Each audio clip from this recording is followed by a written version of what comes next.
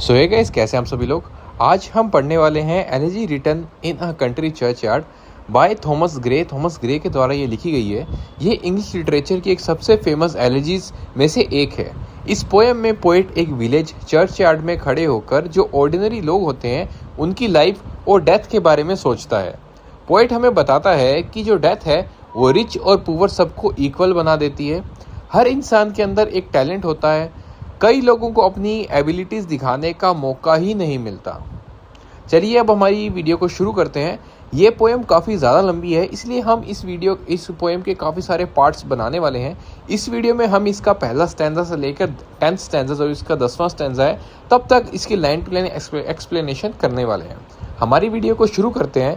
पहला स्टैंजा, पहली लाइन हमारे पास आ जाती है, the curfew tolls the knell of parting day. यानी कि जो चर्च की जो बेल है वो बज रही है, जो दिन में ख़त्म होने का सिग्नल देती है, जो दिन के ख़त्म होने का सिग्नल एक तरह से दे रही है। नील जो इसमें वर्ड यूज़ किया गया है, नील नॉर्मली डेथ बेल को कहा जाता है। यहाँ सनसेट को जो है वो डे की डेथ, यानी कि जब दिन ख़त्म होता है, दिन का अंत होता है, उसकी डेथ हो जाती है, इस रूप में नील शब्द को दिखाया गया है। The lowing herd wind slowly the word lea, यानी कि जो गायें और जो पशु है काफ़ी सारे वहाँ धीरे धीरे जो चरगाह से घर लौट रहे हैं। जो भी वहाँ पे चरने की जगह होती है जिसको चरगाह बोला जाता है, वो वहाँ से धीरे धीरे वापस अपने घर लौट रहे हैं। The ploughman homeward plods his weary way, यानी कि जो फार्मर है वो पूरे दिन काम करने के बाद थका हुआ घर जा रहा है। And leave the world to darkness to me, अब अंधेरा धीरे धीरे करके छा रहा है और जो पोइट है वो चर्च यार्ड में बिल्कुल अकेला रह जाता है। Now fades the glimmering landscape on the side, अब धीरे धीरे जो पूरा लैंडस्केप है वो अंधेरे में गायब होने लगता है, मतलब रात होनी शुरू हो जाती है शाम से अब। And all the air a सलेमन stillness hold, यानी कि अब जो एटमॉस्फेयर है, एटमॉस्फेयर के अंदर एक काफ़ी ज़्यादा सीरियस और पीसफुल साइलेंस बन चुकी है। Save where the beetle wheel his droning flight, यानी कि सिर्फ बीटल की हल्की हल्की आवाज़ को सुनाई दे रही है। अगर कोई भी गांव साइड में, कोई भी फील्ड साइड में अगर आप रहते हो तो आपने सुना होगा कि रात के टाइम पे आपको एक इंसेक्ट की आवाज़ बार बार सुनती होगी, जो कि आपको आपके कान के अंदर काफ़ी ज़्यादा सुहावनी लग सकती है। एंड ड्रोसी ट्विंकलिंग लल द डिस्टेंट फोल्ड्स, मतलब कि दूर से जो शीप होती है, शीप के गले में जो घंटी लगी होती है, जो बेल लगी होती है, उसकी काफ़ी सॉफ्ट साउंड से मतलब होता है काफ़ी ज़्यादा दूर थी, उसको काफ़ी ज़्यादा धीरे धीरे उसकी आवाज़ सुनाई दे रही थी। Beneath those rugged elm that yew trees shade, यानी कि जो पोएट है वो चर्च यार्ड के बड़े बड़े ट्रीज को देखता है। चर्च यार्ड में काफ़ी बड़े बड़े पेड़ लगे हुए थे। Where heaves the turf in a many mouldering heap, यानी कि वहाँ काफ़ी ज़्यादा पुरानी ग्रेव्स बनी हुई थी। ग्रेव्स का मतलब होता है जिसके अंदर मुर्दों को आदमियों को दफनाया जाता है, इंसान को दफनाया जाता है, उसको ग्रेव्स कहा जाता है। Each in his narrow cell for ever laid, यानी कि हर डेड पर्सन अपनी ग्रेव में हमेशा के लिए सो रहा है। The rude forefather of the hamlet sleep, village का सिंपल सा एंसेंटर्स यहाँ एक तरह से ब्रूड होता है। वो बताते हैं the breezy call of incense breathing morn, यानी कि जो सुबह की जो फ्रेश हवा है वो इन लोगों को नहीं जगा सकती। जो भी सुबह की फ्रेश हवा जो कि इंसान को जगाती है, मनुष्य को जगाती है, वो इनको कभी भी नहीं जगा सकती। The swallow twittering from the straw built shed, यानी कि जो बर्ड्स की स्वीट चिरपिंग होती है, जो भी विलेज साइड में रहते हैं या फिर जिनके घर के बाहर पेड़ है, उन्होंने हमेशा सुना होगा कि घर के बाहर चिड़िया की आवाज़ सुबह सुबह आपको सुनने को मिलती है, जो कि आपके मन को और दिमाग को काफ़ी ज़्यादा रिफ्रेशिंग कर देती है एक तरीके से। मतलब वहाँ उनके पास बर्ड की ट्विटरिंग भी नहीं पहुँच पाती। द कॉक्स श्रिल क्लैरोइन और द एंकोइंग हॉर्न, यानी कि जो रूस्टर्स और जो हॉर्न की लाउड साउंड्स होती है वो भी उन्हें वहाँ तक नहीं सुनाई देती है।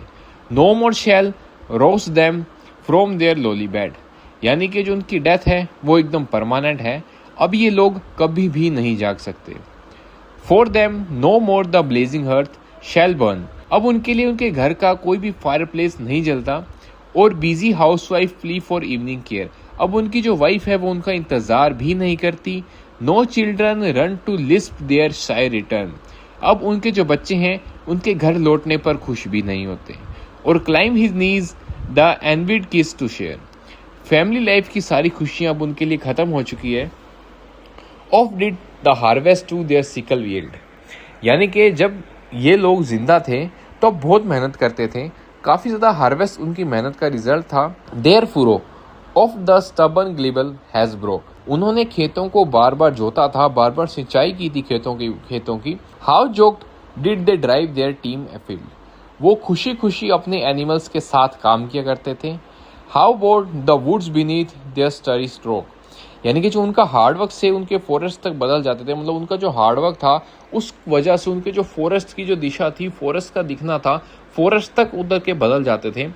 Late not ambition mock their useful toil. यानी कि जो पोएट है वो रिच लोगों से कहता है कि गरीबों की मेहनत का मजाक मत उड़ाओ, गरीबों का मजाक मत उड़ाओ कि वो कैसे काम करते हैं और किस तरीके से काम करते हैं। Their homely joys and destiny obscure. उनकी सिंपल लाइफ और हैप्पीनेस जो उनकी है वो काफी ज्यादा इंपॉर्टेंट है। Nor grandeur hear with a disdainful smile. Rich और जो पावरफुल लोग हैं उन्हें इंफीरियर ना समझें। The short and simple annals of the poor. Poor लोगों की लाइफ सिंपल हो सकती है लेकिन वैल्यूएबल भी है। The boast of heraldry, the pomp of power. Royal status और पावर पर प्राउड होने का कोई फायदा नहीं है, पोएटिक तरीके से समझाना चाहता है। And all that beauty, all that wealth e'er gave. Beauty और वेल्थ भी परमानेंट नहीं है। वो बताना चाहता है जिस किसी के पास भी बहुत ज़्यादा ब्यूटी है या बहुत ज़्यादा पैसा है वो उनके लिए परमानेंट नहीं है, इसीलिए कभी उनको उस चीज़ का कभी भी अभिमान नहीं करना चाहिए। अवेट्स अलाइक द इनवेलियंट आवर। यानी कि सबको एक दिन डेथ का सामना करना ही पड़ेगा। The path of glory lead but to the grave. Poem की सबसे फेमस लाइन, जिसका मतलब है चाहे इंसान कितना भी सक्सेसफुल या फेमस हो, एंड में सबको ग्रेव में ही जाना है। नोर यू ये proud impute this the fault. Poet rich लोगों से कहता है कि पुअर लोगों को ब्लेम मत करो। इफ मेमोरी और दे टॉम नो ट्रॉफीज राइज। अगर उनकी ग्रेव पर कोई भी मोन्यूमेंट्स वगैरह नहीं बने हैं तो इसका मतलब ये नहीं कि वो इनसिग्निफिकेंट थे। Where through the long drawn aisle and fretted vault. यानी कि जो पोएट है वो चर्चिज और जो बड़ी बड़ी बिल्डिंग्स का रेफरेंस देता है। वो कहता है the pealing anthem swells the note of praise. यानी कि जो ग्रैंड फ्यूनरल्स होते हैं, काफ़ी बड़े बड़े फ्यूनरल्स होते हैं, वो किसी को इमोर्टल नहीं बना सकते। किसी को भी एक तरीके से इमोर्टल का मतलब होता है जो कि कभी भी ना मरे, किसी को भी अमर नहीं बना सकते जो बड़े बड़े फ्यूनरल्स होते हैं। कैन स्टोरीड ऑन और एनिमेटेड बस्ट। क्या स्टैचूज और जो भी मॉन्यूमेंट्स होते हैं किसी डेड पर्सन को वापस ला सकते हैं? ये एक तरीके से सवाल करता है poet. Back to its mansion call the fleeting breath. क्या वेल्थ डेथ को रिवर्स कर सकती है? बिल्कुल नहीं। Can honour's voice provoke the silent dust. क्या ऑनर और फेम डेड पर्सन को जगा सकता है? और flattery soothe the dull cold ear of death. Death के सामने फेम, प्रेस और वेल्थ सब बेकार हो जाता है। सो गाइज, ये थे हमारे फर्स्ट से लेकर 10th स्टैंजा इस पोएम के। इसका पार्ट 2 आपको मेरे डिस्क्रिप्शन में मिल जाएगा, वरना आई बटन पे अभी आपको शो हो रहा होगा, आप जाकर वो भी देखिएगा। पूरी पोएम काफ़ी ज़्यादा लंबी है इसलिए मैंने इसके पार्ट्स बनाए हैं। अगला पार्ट बहुत ज़रूरी से देखिएगा, उसमें काफ़ी ज़्यादा इंपॉर्टेंट चीज़ें डाली गई है। So that's it guys for this video. ये थी हमारी poem elegy written in a country churchyard का पहला पार्ट बाय थॉमस ग्रे।